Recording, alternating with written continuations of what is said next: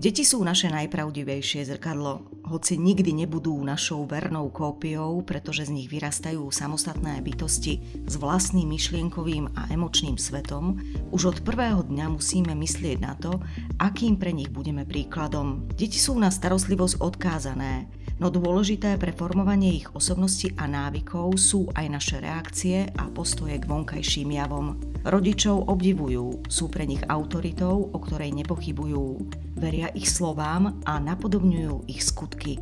Tak napríklad voda, vzácna tekutina, ktorú máme k dispozícii vždy, keď otočíme kohútikom. Je potrebné, aby sme si ju vážili a nebrali ju ako samozrejmosť. Potrebujú ju k životu všetci členovia rodiny, a to doslova. Ľudia, zvieratá aj rastliny.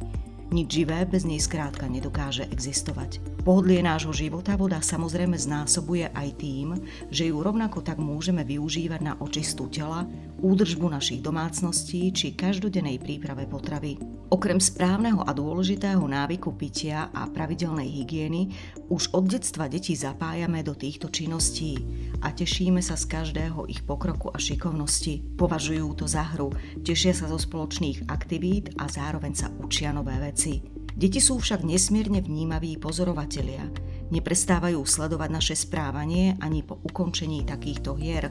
Je preto pravdepodobné, že si všimnú napríklad aj to, čo vylievame do umývadla, čo všetko sme schopní spláchnuť vo WC a vôbec aké máme zaužívané zvyky v likvidácii odpadu.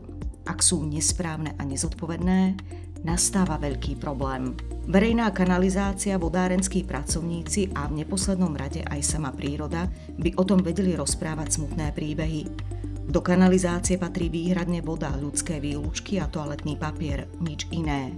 Nie je to bezodná odpadová diera, ktorá príjme všetko, čo sa nám do nej podarí vtesnať. Je neskoro nad tým začať premýšľať až v momente, keď sa upchá kanalizácia, prípade na vodovodnej sieti vznikne porucha, ktorá môže znamenať dočasný výpadok dodávok vody. Nehovoriac už o tom, že časté poruchy a ich náročné odstraňovanie znamenajú zvýšené náklady.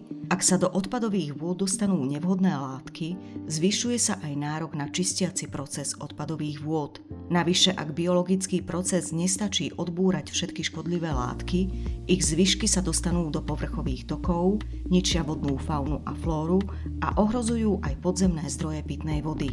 Východoslovenská vodárenská spoločnosť zásobuje obyvateľstvo pitnou vodou v dostatočnom množstve a kvalite.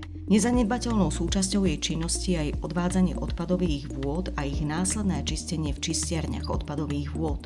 A práve verejná kanalizácia, ktorá je prevádzkovo samostatným súborom objektov a zariadení, slúži verejnej potrebe na hromadný príjem a odvádzanie odpadových vôd. Dlhodobo a intenzívne pracuje spoločnosť na informovanosti verejnosti o tejto závažnej globálnej problematike. Zrozumiteľnou formou pravidelne oslovuje všetky vekové kategórie, deti nevynímajúc. Ak sa ale vrátime úplne na začiatok, je potrebné, aby začal každý sám od seba. S myšlienkou na to, že naša zodpovednosť je najlepší príklad, aký môžeme dať budúcim generáciám.